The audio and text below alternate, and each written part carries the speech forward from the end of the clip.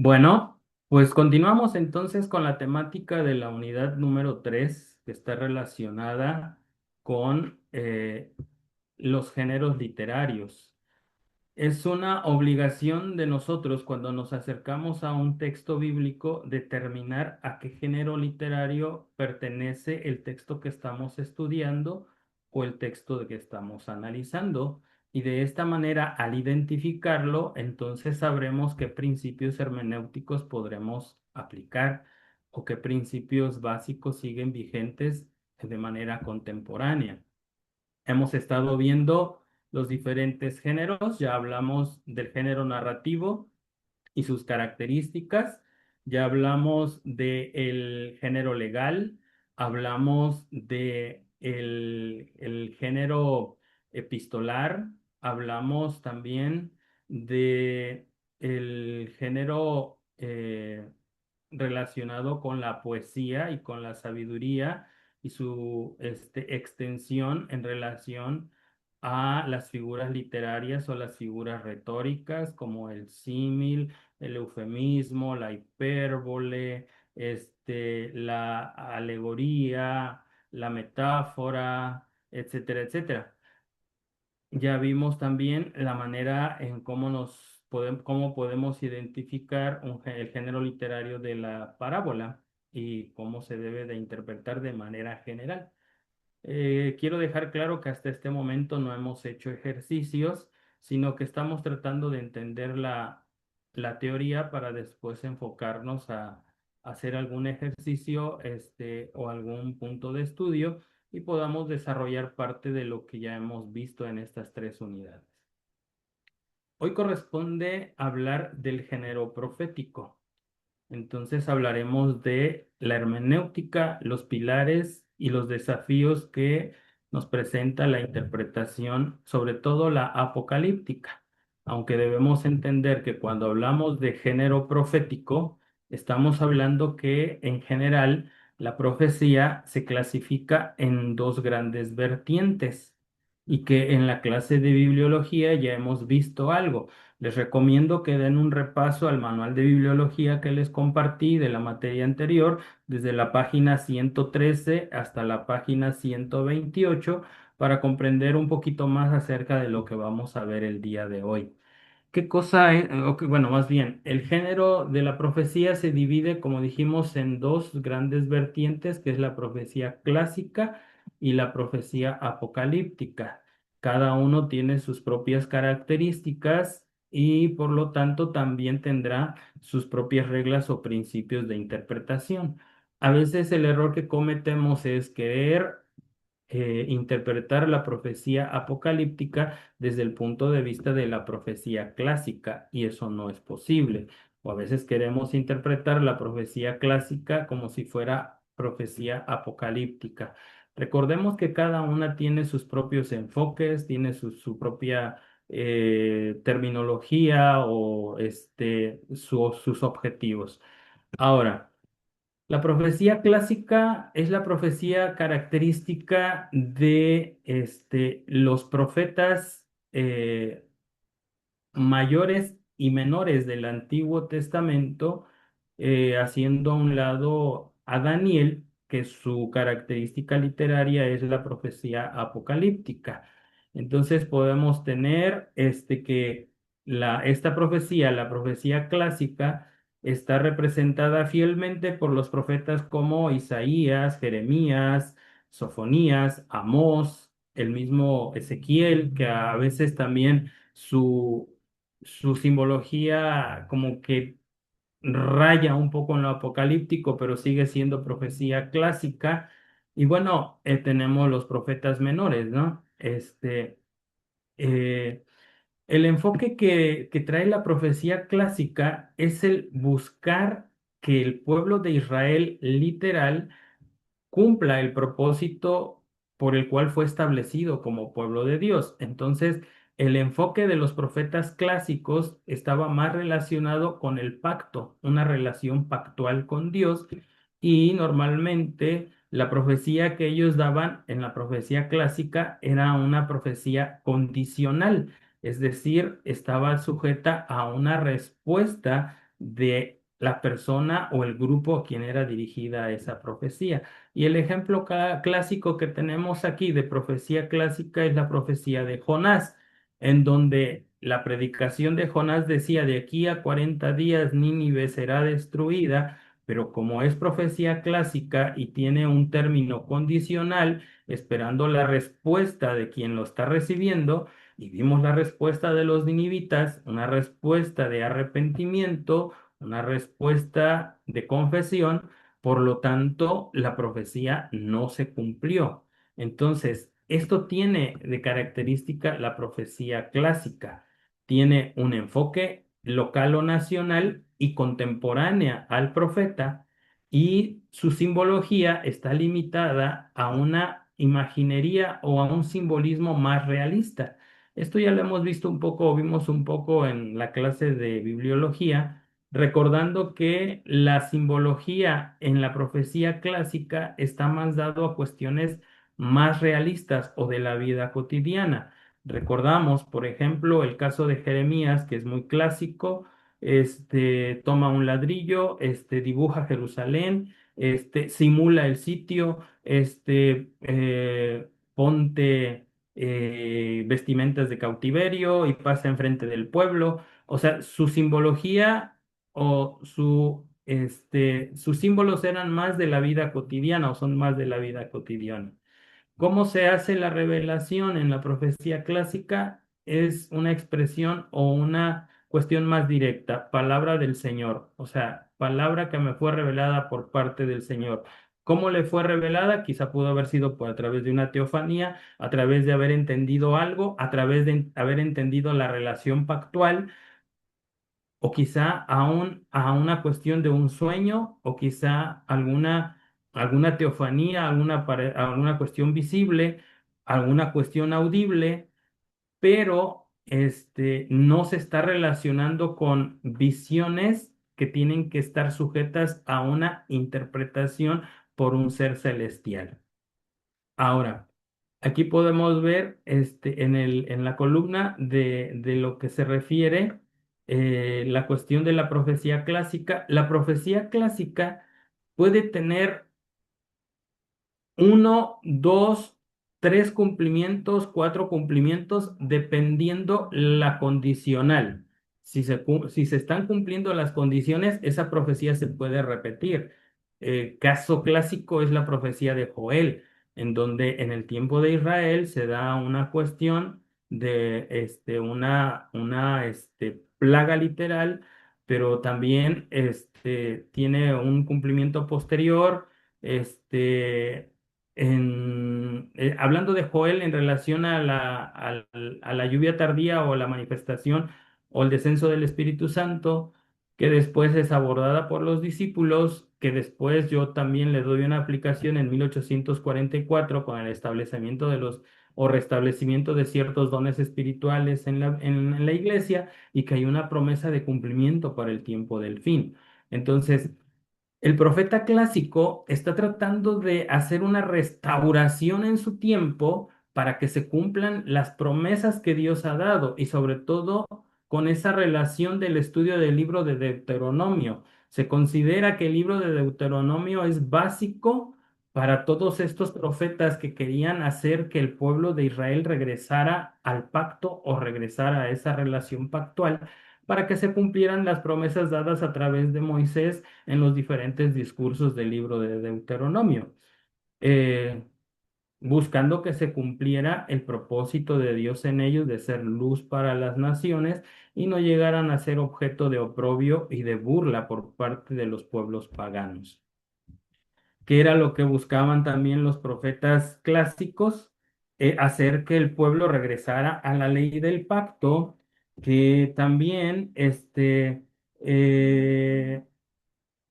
se buscara la justicia social, la justicia económica, la justicia política o la cuestión política, buscando que el pueblo se apegara a la Torá o a la ley de Moisés.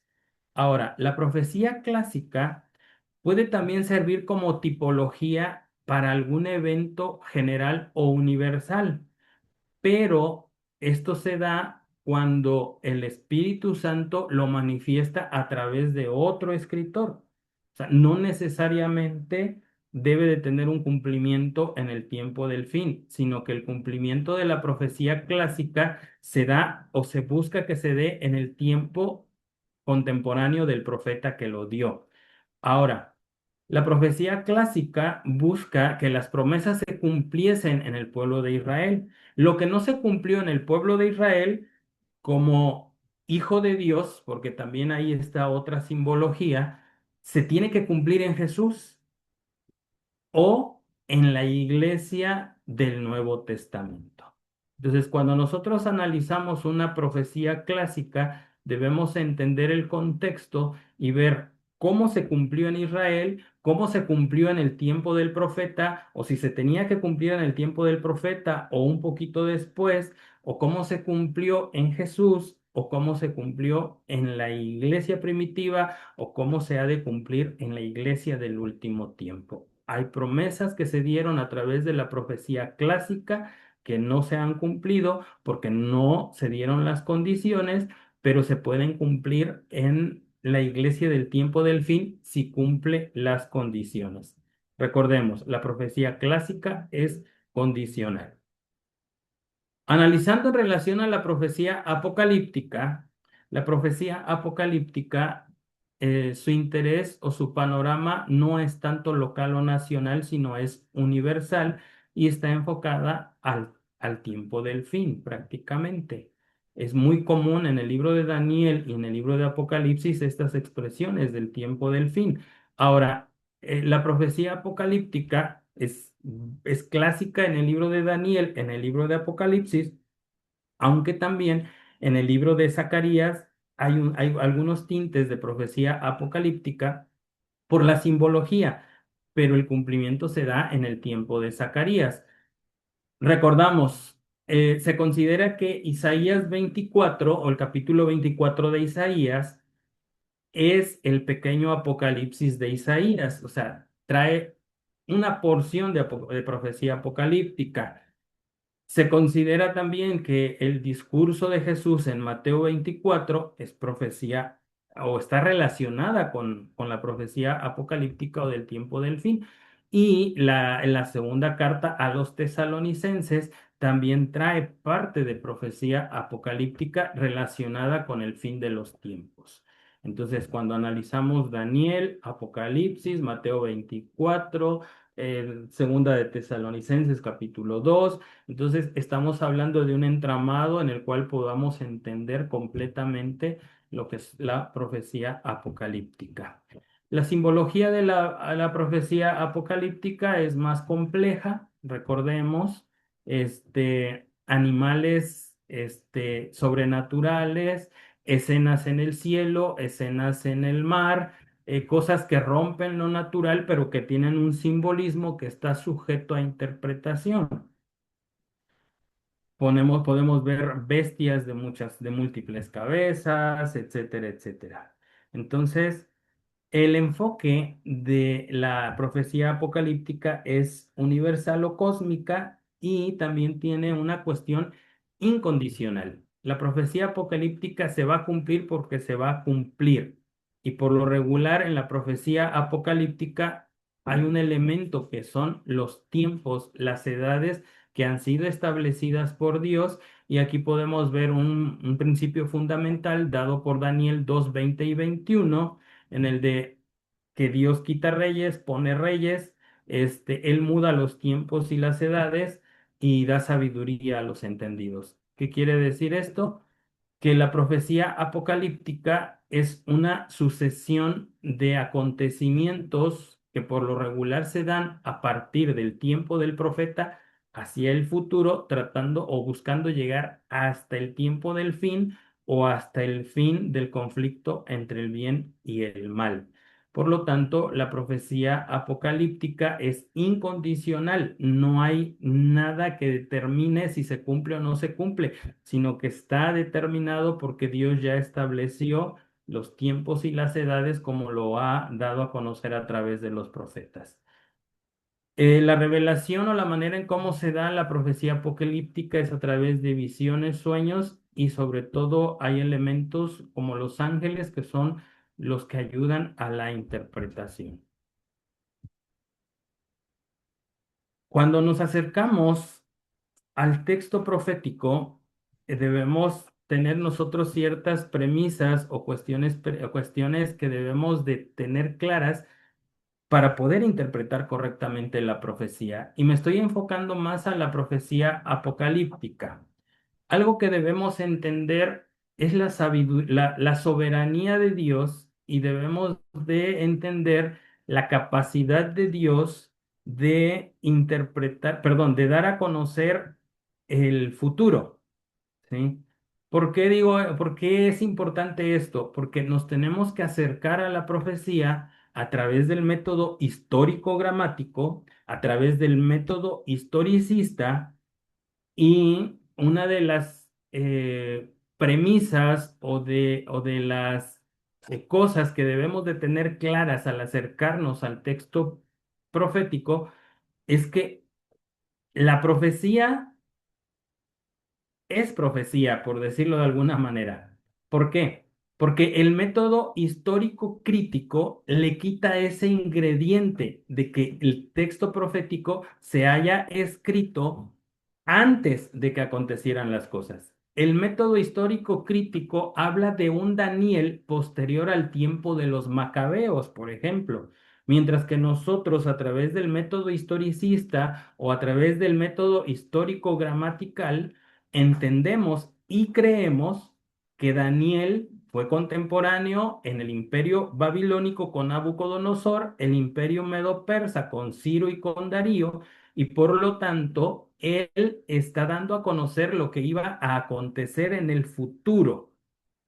Y esa es una manera en cómo nos acercamos nosotros al texto profético, entendiendo que los profetas sí eran vaticinadores, por decirlo de alguna manera, este, dando a conocer lo que iba a acontecer y no como el método histórico crítico ahora trata de presentar a Daniel como un escritor posterior al tiempo de los macabeos y que escribió ya cuando todo había acontecido. Entonces, así como dice Isaías 46 9 y 10 que Dios es el que dice las cosas o lo que ha de venir desde el principio, desde la antigüedad, lo que aún no ha sido hecho. Entonces debemos entender que Dios, a través de los profetas, da esa capacidad de predecir el futuro. Ahora, otra de las cosas que tenemos que entender también al acercarnos al texto profético es su propósito. El propósito de la profecía no es satisfacer una curiosidad del futuro, sino que es la de fortalecer la fe del pueblo de Dios, sobre todo en los momentos de crisis. Y por eso podemos ver nosotros también que el libro de Daniel tiene dos grandes partes, la parte histórica, la parte profética, donde la parte profética puede hacer uso de la parte histórica, porque si posteriormente se habla de que hay un cuerno pequeño que oprime a los santos, nos podemos ir a la parte histórica y podemos ver qué es lo que pasa con los fieles cuando están de parte de Dios y la justicia.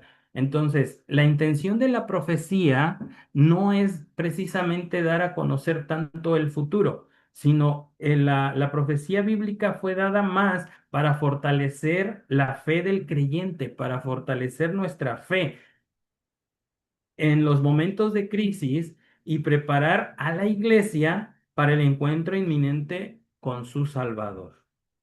Y aquí hay algo muy interesante. Hay un comentador de la profecía, Héctor Urrutia, de origen chileno, que dice algo interesante. Cuando nosotros analizamos, dice, la última visión que tiene Daniel, que va del capítulo 10 al capítulo 12, dice, nosotros podemos ver que mientras el ángel le está dando a conocer los acontecimientos de una manera audible, Daniel está observando al varón vestido de lino. Es decir, mientras los ojos de Daniel están puestos en Jesús, él está escuchando cómo están aconteciendo los eventos históricos. ¿Qué nos enseña esto? Que es más importante ver a Jesús, entender su ministerio, entender su obra a favor del pecador, que tratar de entender la obra del cuerno pequeño, la de las naciones, etcétera, etcétera. Muchas veces nos espaciamos más o nos emperiodicamos más en estar viendo los acontecimientos que están pasando en el día a día y tratamos de darle un enfoque y dice, esto ya se había dicho en tal profecía. No, lo que se trata es de que conociendo la profecía, procuremos una preparación tal para que sea que el Señor venga en la mañana, sea en la noche, sea a mediodía, sea en la madrugada, nosotros de manera personal y como pueblo estemos preparados. Otra cosa que debemos de entender al acercarnos al texto bíblico profético o al texto de género profético es que siempre vamos a encontrar una estructura literaria. Todos los libros, como lo he dicho y como lo dije en bibliología, de manera implícita, consciente o inconscientemente, no lo sé, los escritores siempre escribieron bajo una estructura y es la labor de nosotros como intérpretes tratar de entender esa estructura para poder entender el libro en base a esa estructura, ¿sí? Y me voy a adelantar un poquito aquí. Por ejemplo, la estructura del libro de Daniel. Eh, Hay muchos comentadores que dan estructuras diferentes, pero casi caen a lo mismo. Por ejemplo, la estructura general del libro de Daniel. El libro de Daniel, de manera general, está dividida en dos grandes partes que conocemos como la sección histórica y la sección profética, ¿sí? Y conocemos muy bien, desde el capítulo 1 hasta el capítulo 6 tenemos la sección histórica, aunque tenemos una inserción de profecía en el capítulo 2 que habla acerca del sueño de Nabucodonosor sobre la gran imagen y que nosotros como adventistas le llamamos el esqueleto de la profecía. Entonces, todos los libros tienen una estructura. Quizá a nosotros nos va a costar un poquito más entender o tratar de llegar a esa estructura porque no leemos el libro en su idioma original, pero aún así, aún con los bosquejos o con los subtítulos que a veces nos dan las sociedades bíblicas, podemos crear bosquejos y al entender esos bosquejos, entonces vamos a entender el tema general, el tema específico de una sección o el tema específico de un texto en particular. Entonces, por eso es importante entender que tanto el libro de Daniel como el libro de Apocalipsis están enmarcados en una estructura. Y por lo regular, las secciones internas de cada uno de los libros también están dadas en base a una estructura. La El sueño de Apocalipsis de Daniel 2 tiene una estructura. La visión de Daniel 7, que es la visión de las bestias que combatían en el gran mar, tiene una estructura. Daniel 8 y 9, que son una sola visión o que es una sola unidad profética, tienen una estructura. Daniel capítulo 10 al capítulo 12 tienen una estructura y cuando nosotros entendemos esa estructura, vamos a interpretar de mejor manera el texto en turno. Vimos por aquí un ejemplo de estructura del libro de Daniel y aquí abajo tenemos un ejemplo de la estructura literaria del libro de Apocalipsis. Esta es una propuesta dada por el comentador Ranko Stefanovic en su libro La revelación de Jesucristo. Y si ustedes se fijan, él propone una estructura de Apocalipsis tipo quiasmo. Entonces, si se fijan, estructura de esta manera el libro de Apocalipsis, poniendo como el centro o el clímax la gran controversia entre Cristo y Satanás en los capítulos 11, versículos 19 al capítulo 13, versículo 18. Fíjense cómo él pone en el centro del libro de Apocalipsis la gran controversia entre Cristo y Satanás y la podemos recordar fácilmente porque prácticamente recordamos esa visión del capítulo 12, en donde se hace un recuento del conflicto entre el bien y el mal, aún desde el cielo, y la manera en cómo se desarrolla hasta el tiempo del fin. Y esta parte central del quiasmo divide prácticamente al libro de Apocalipsis y pone en paralelo tanto lo que es la primera parte, lo que es la segunda parte y esta parte en el centro. Por ejemplo, pone el prólogo, un prólogo y un epílogo en contraposición. Las promesas al vencedor y el cumplimiento de las promesas al vencedor. La obra de Dios para la salvación de la humanidad, se completa la obra de Dios para la salvación de la humanidad. La ira de Dios mezclada con misericordia, la ira de Dios sin mezcla de misericordia. Se comisiona a Juan a profetizar y la iglesia proclama el evangelio del tiempo del fin. Si se fijan, esta es una estructura quiásmica en la cual el, la propuesta A se contrapone con la propuesta A', la B con la B', C con C', D con D', E con E', teniendo al centro la sección F, que el autor le ha denominado la gran controversia entre Cristo y Satanás. Entonces, debemos entender entonces al acercarnos a a los libros proféticos, que todos tienen una estructura. Ahora, otra de las cosas que tenemos que tener presente cuando nos acercamos al texto profético es que existen tres escuelas primordiales de interpretación de la profecía. Hay algunas escuelas adicionales, pero estas son las preponderantes. Existen tres escuelas. Y recordamos, nosotros como adventistas del séptimo día nos acercamos al texto bíblico a través de la escuela de interpretación historicista.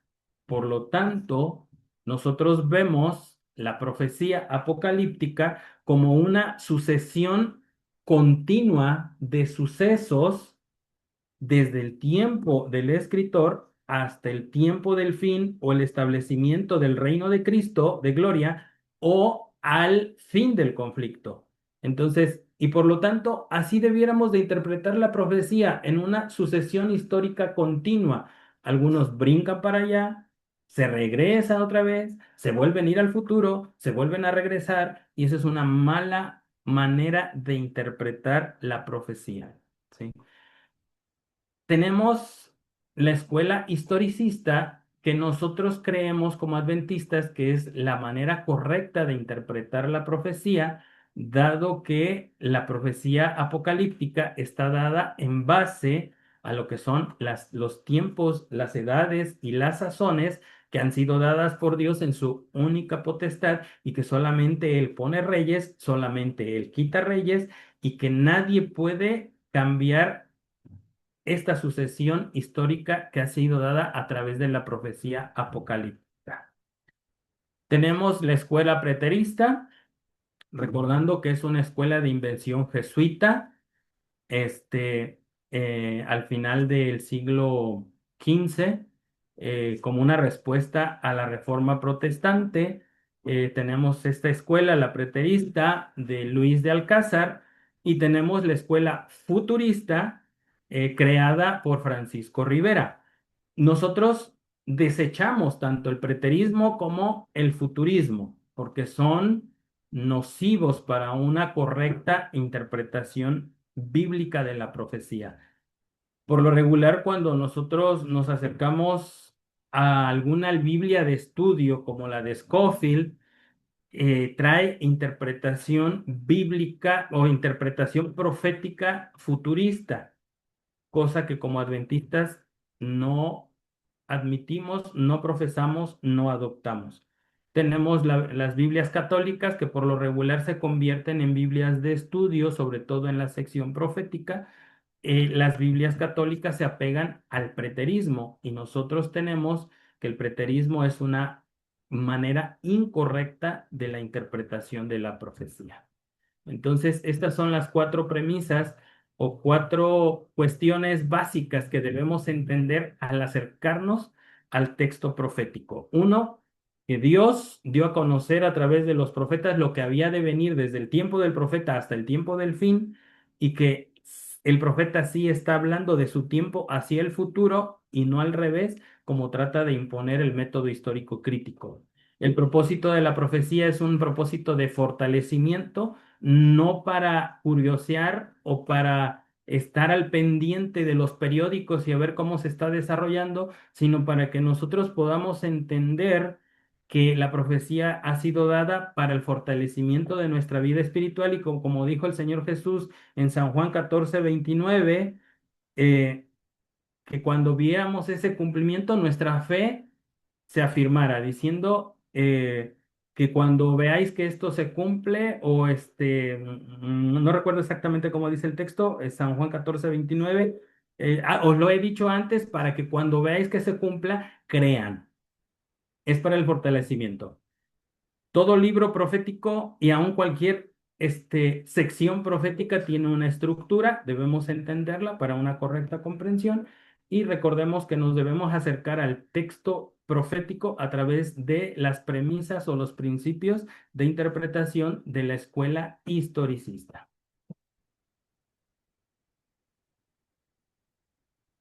Quiero exponerles los dos pilares básicos del historicismo.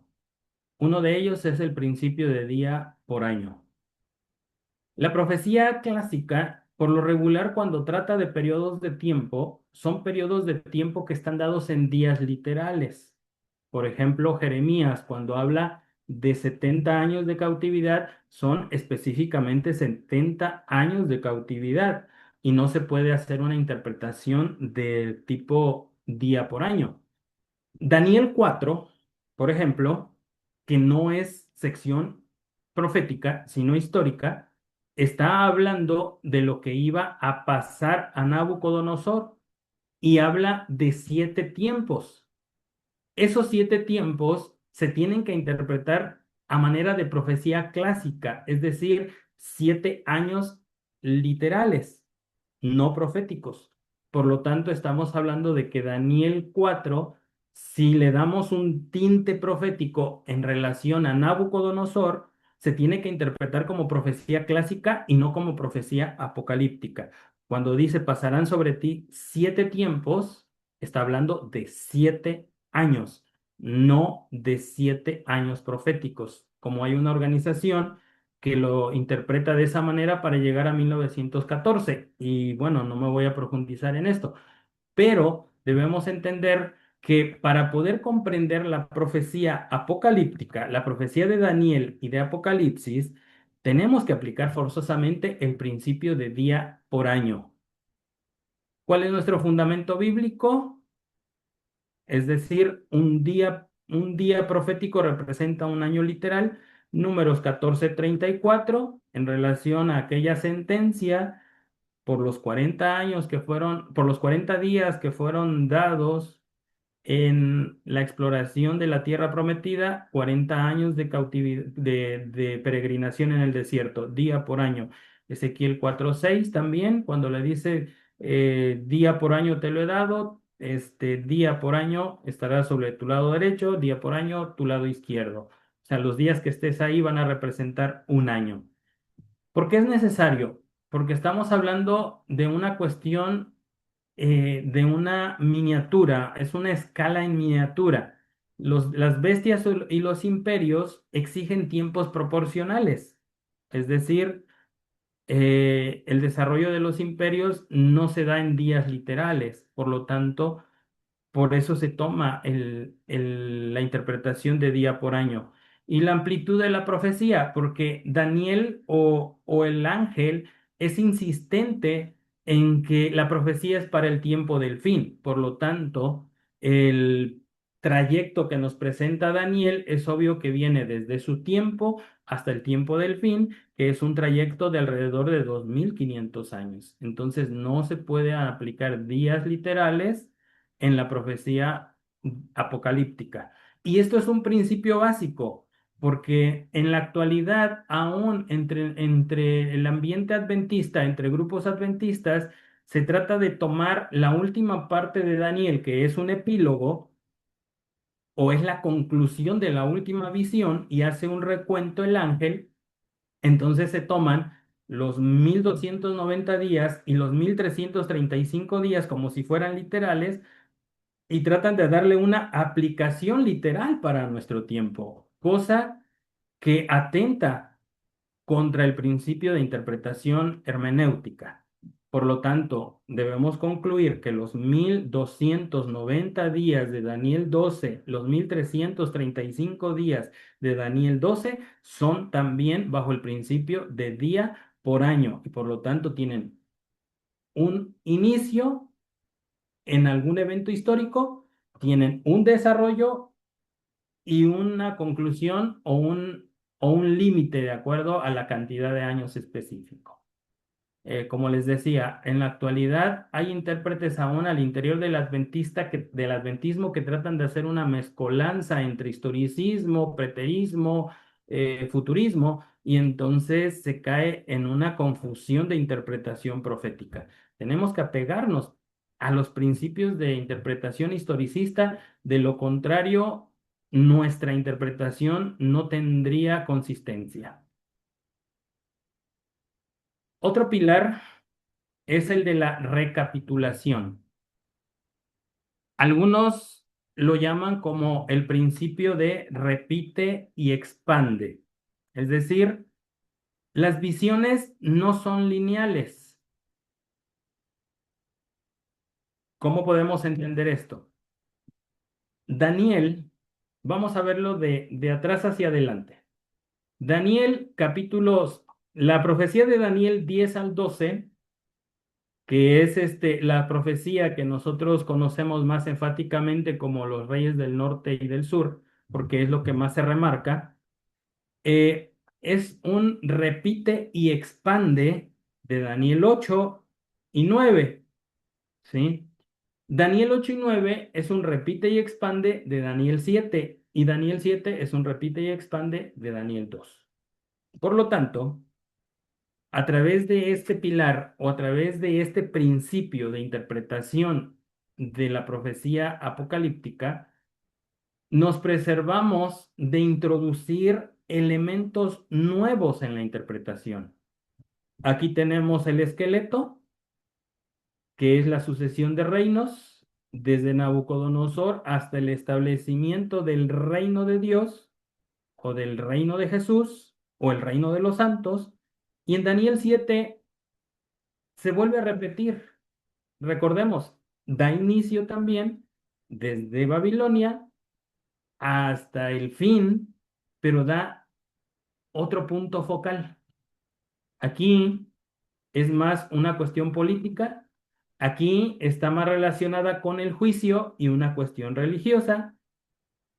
Daniel 8 y 9, la visión de el carnero y del macho cabrío, es obvio que ya no aborda a Babilonia, pero hace un enfoque a partir de Media y de Persia y no introduce elementos nuevos en la profecía, sino, o entes nuevos, sino que da detalles adicionales y su enfoque está más relacionado con la cuestión del santuario.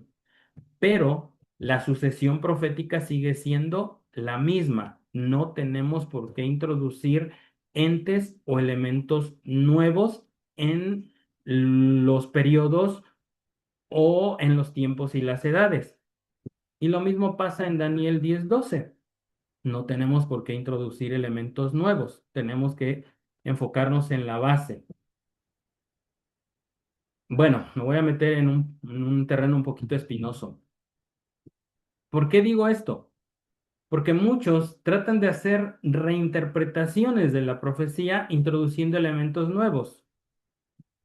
Enfoque clásico, Urias Smith, cuando trata de introducir la cuestión del Oriente o lo que es el Imperio Otomano en la última visión, haciendo a un lado el enfoque de lo anterior, en donde si el cuerno pequeño aquí es el papá, es Roma y es el papado, si el cuerno pequeño aquí es Roma papal, Por lo tanto, en Daniel 10:12 tendría que ser, para ser consistentes, tendría que ser también Roma. Pero Urias Smith introduce al Imperio Otomano, cosa que le quita consistencia a la interpretación, a la interpretación profética. Entonces, por eso es muy importante este principio de recapitulación. Daniel 7 vuelve a hablar de lo mismo que habló Daniel 2, pero le da otro enfoque. Daniel 8 y 9 vuelve a hablar de lo que habló Daniel 7 y 2, pero le da otro enfoque. Daniel 10:12 vuelve a hablar de lo que habló Daniel 8 y 9, Daniel 7, Daniel 2, pero le da un enfoque específico. Pero los elementos básicos siguen siendo los mismos y no se introduce un elemento extraño adicional. Otra de las cuestiones que debemos entender y de preservarnos en la interpretación profética es el peligro del sensacionalismo. Está un poquito enfocado a lo anterior. Somos muy dados a tratar de interpretar en base a lo contemporáneo, pero no, debemos de ser consistentes en la interpretación. La Biblia se interpreta a sí mismo y debemos entender que sobre todo lo que es Daniel y Apocalipsis son profecías ya concisas que se tienen que interpretar a la luz de la historia. Y si no hay un evento histórico que encaje perfectamente en esa profecía, es porque todavía no ha acontecido. Eso puede estar quizá en el futuro. Pero recordemos, hay una interpretación de continuo histórico. Por lo tanto, debemos nosotros enfocarnos para poder comprender todo de principio a fin en su temática general. En la semana leía a un autor o escuchaba a un autor que decía, si tú le pudieras hacer una broma de mal gusto a la iglesia, ¿qué broma le harías? Y esta persona contestó, le quitaría a la Biblia los capítulos y los versículos.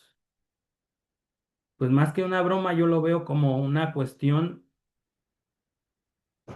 que sería de bendición, porque nos haría estudiar más a profundidad, ¿sí?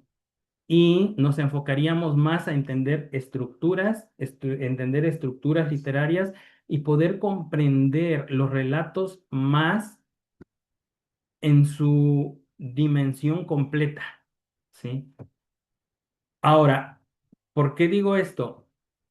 Tenemos ahora que abordar esto desde el peligro del sensacionalismo. A veces no podemos definir bien en dónde inicia una visión y dónde termina, dónde inicia y dónde termina, y agarramos solamente pedacitos. ¿Y cuál es el peligro del sensacionalismo? El estar viendo los periódicos o las noticias de nuestro tiempo para buscar un texto bíblico en la profecía que encaje en ese periodicazo. Y eso fue lo que le pasó a Urias Smith. ¿Sí? Que se enfocó mucho en los periódicos europeos para ver lo que estaba pasando con el Imperio Otomano y todo lo que estaba pasando en su tiempo, que perdió consistencia interpretativa. Eso pasa en la actualidad. Hay quienes nada más están viendo lo que hace el G7, lo que hace el G8, lo que hace el G20, lo que hace el Papa, lo que hace Estados Unidos para poder encontrar algo.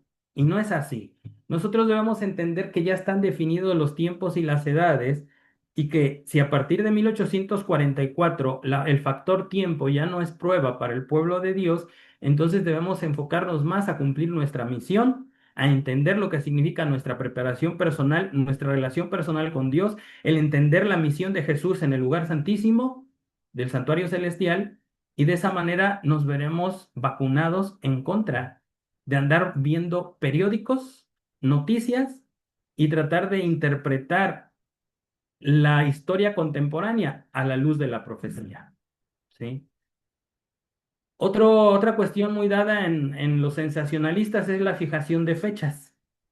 Y ustedes deben de saber que ahorita está muy de moda el 2031 entre muchos círculos adventistas y que están fijando 2031 en un evento especial. No he logrado, no me he metido de lleno, pero creo que están hablando de la ley dominical en el 2031 o el tiempo del fin, el fin de esto en el 2031, no lo sé.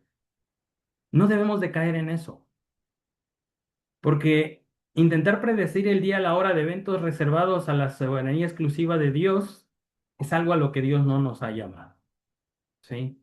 A partir de 1844, la cuestión de las fechas no es prueba y solamente la consigna es velad y orad para que seamos encontrados como siervos fieles cuando el Señor venga en las nubes de los cielos. Otra es la cuestión del enfoque del miedo, tratar de producir pánico o obsesión por lo que está pasando más en el campamento enemigo que por lo que está pasando en el campamento de nosotros, ¿sí? Yo le llamo más el estar empapados, o sea, el enfoque es siempre el Papa, el Papa, el Papa, el Papa. Y hay quienes se fascinan en estar viendo qué es lo que hace el Papa y que si hoy se levantó con el pie derecho y que si hoy comió esto el Papa y que si hoy habló con fulano y que si hoy visitó tal lugar. Y debemos de estar más enfocados a entender la esperanza que nos da el texto profético. Cristo viene pronto, debemos de prepararnos. Debemos evitar el sensacionalismo. Y conozco aún personajes contemporáneos que explotan mucho el sensacionalismo. Y son los mejores intérpretes de la profecía, según algunos. Y yo recuerdo en una ocasión, cuando estuve en una delegación, en una asociación, en donde la petición de alguna iglesia decía que los pastores se actualicen en profecía. No es tanto de actualizarse en profecía. Lo que muchas iglesias quieren es escuchar sensacionalismo y no debemos de caer en eso. ¿Sí? Una interpretación tradicional de la profecía, pero bien fundamentada, con principios hermenéuticos sólidos, tiene más beneficio que el tratar de estar al pendiente de lo que pasa actualmente en el mundo, olvidándonos de lo que está haciendo el Señor en su ministerio sumo sacerdotal. Y eso es lo más importante. Ahora, yo no estoy diciendo que no debemos enfocarnos en lo que está pasando allá, aquí o allá, porque de una u otra manera nos da esperanza de que Cristo viene pronto. Pero cuando nos enfocamos más al campamento enemigo, perdemos de vista al autor y consumador de la fe.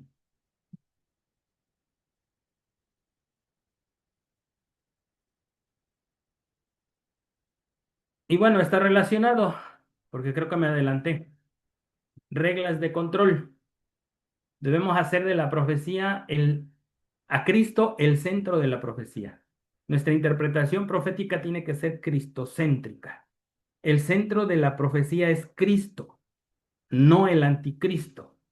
Por eso ahorita todo el mundo está enfocado en Israel, lo que está pasando en Israel, porque el enfoque está más dado al anticristo desde el punto de vista futurista, estoy hablando. Y recordemos, nosotros no somos futuristas, nosotros no creemos que sea la voluntad de Dios que se levante un tercer templo, que se restablezcan los sacrificios, porque eso es tener inmunda la sangre de Cristo.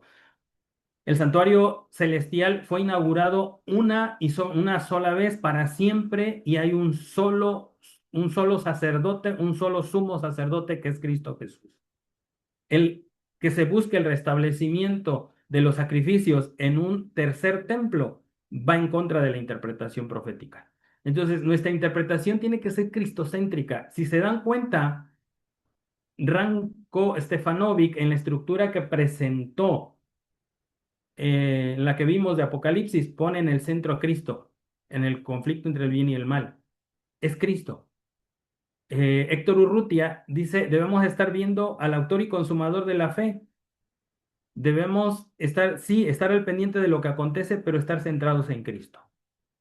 El 90% de nuestro estudio debe ser la victoria del Salvador y el establecimiento del reino de Dios, la esperanza que da que Cristo venga pronto.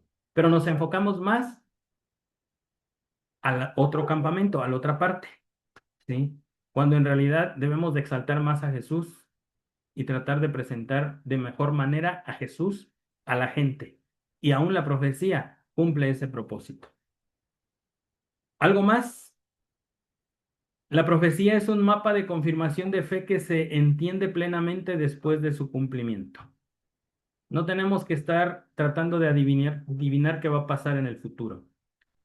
Yo recuerdo un párrafo del conflicto de los siglos. Dice,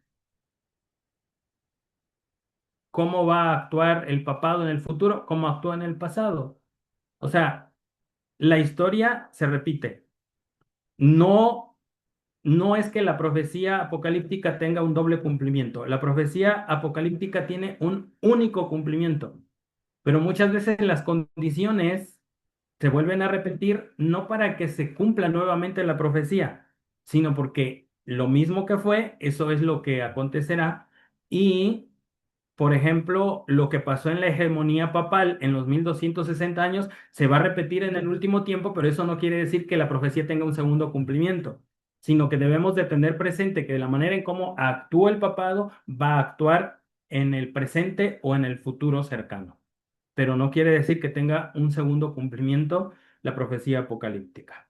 Entonces, eh, si algo no ha acontecido o alguna parte de la profecía no ha acontecido, es porque hay un suceso histórico, o hay un, ¿cómo se dice? Un histórico continuo, y lo que ya se cumplió lo debemos entender a la luz de la misma profecía. Ahora, yo voy a ser claro, para mí, desde mi punto de vista, bueno, que yo considero que así es, o sea, de acuerdo a la interpretación consistente, Daniel 11:40 en adelante, aún algunas cosas se están cumpliendo, otras están por cumplirse, pero debemos de ser muy cuidadosos cuando nosotros interpretamos para no caer en el sensacionalismo. A partir de Daniel 11:40 comienzan los eventos del tiempo del fin, y nosotros somos muy dados a hablar de los eventos del tiempo del fin: la lluvia tardía, la ley dominical, el zarandeo, eh, el sellamiento de los 144,000, etcétera, etcétera. ¿Sí? Y a eso lo llamamos nosotros los eventos del tiempo del fin. Pero no tenemos que estar obsesionados que cuál es primero, cuál es después, sino debemos entender que esos son los eventos del último tiempo, y que lo más importante es entender lo que se relaciona a nuestra relación personal con Cristo, el cumplimiento de nuestra misión, el testificar de manera completa, y que cumplamos el plan de Jesús para nosotros como pueblo del último tiempo. Lo demás viene por añadidura. Lo que sí debemos entender entonces es que tenemos un método conciso que es el del historicismo, y debemos nosotros entonces comprender que este Dios ha establecido los tiempos y las edades, y a nosotros nos corresponde entenderlas a raíz de la simbología, buscar el evento específico que cumpla con esa profecía y tener la seguridad de que así es, así será, y no hay un segundo cumplimiento. Ese es un principio en la interpretación profética apocalíptica. Algo que también quiero apuntar es que para poder interpretar de una mejor manera los pasajes proféticos, hay que tener bien delimitadas las unidades visionarias, es decir, las unidades de las visiones: dónde comienza, dónde termina, dónde comienza, dónde termina. Porque, por ejemplo, aquí pongo un caso: Daniel 10 al 12. Somos muy dados a analizar Daniel 10, Daniel 11, Daniel 12 por separado, cuando en realidad son una unidad completa. Y por eso a veces no comprendemos Apocalipsis. Perdón, Daniel 10 al 12. El otro ejemplo que pongo es el de los sellos. Apocalipsis de 4:1 al 8:1 es toda una unidad literaria, o es toda una unidad de visión. Si nos vamos directamente a partir de Apocalipsis 6 a analizar los, los sellos o los 7 sellos, no lo vamos a interpretar correctamente, porque debemos empezar desde Apocalipsis 4. Apocalipsis 4 prácticamente es una una introducción de esta profecía, de la de los sellos, Apocalipsis 5, el que es digno de abrir esos sellos, y por lo tanto, si analizamos los sellos a partir de Apocalipsis 6, no lo vamos a entender. Por lo tanto, debemos aprender a delimitar las unidades de la visión. ¿Y cómo se hace? Por lo regular siempre hay una manera de introducirse. El texto profético siempre suele avisar o iniciar en el año tercero del rey, miraba yo en visión o después de esto miré aquí. Eso me está diciendo que está iniciando en ese momento una unidad visionaria. Y debemos de seguir la narrativa. Y ya cuando vemos que nuevamente el autor o el escritor regresa a su tiempo, ahí se termina esa unidad. ¿Sí? Entonces, debemos nosotros tener presente también esto cuando interpretamos la profecía. Por eso muchas veces no interpretamos correctamente porque agarramos pedacitos de la profecía de manera aislada. Ahora, por ejemplo, Daniel 8 y 9 es una unidad completa. Si nada más analizamos Daniel 8 sin analizar el 9, no lo vamos a entender y viceversa. Entonces, eso es algo muy importante en la interpretación de la profecía apocalíptica. Estos son algunos principios básicos que aplicaremos posteriormente en algún ejercicio.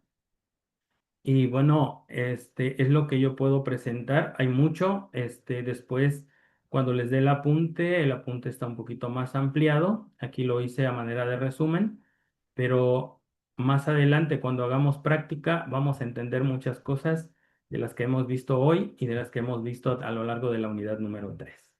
Con esto concluimos.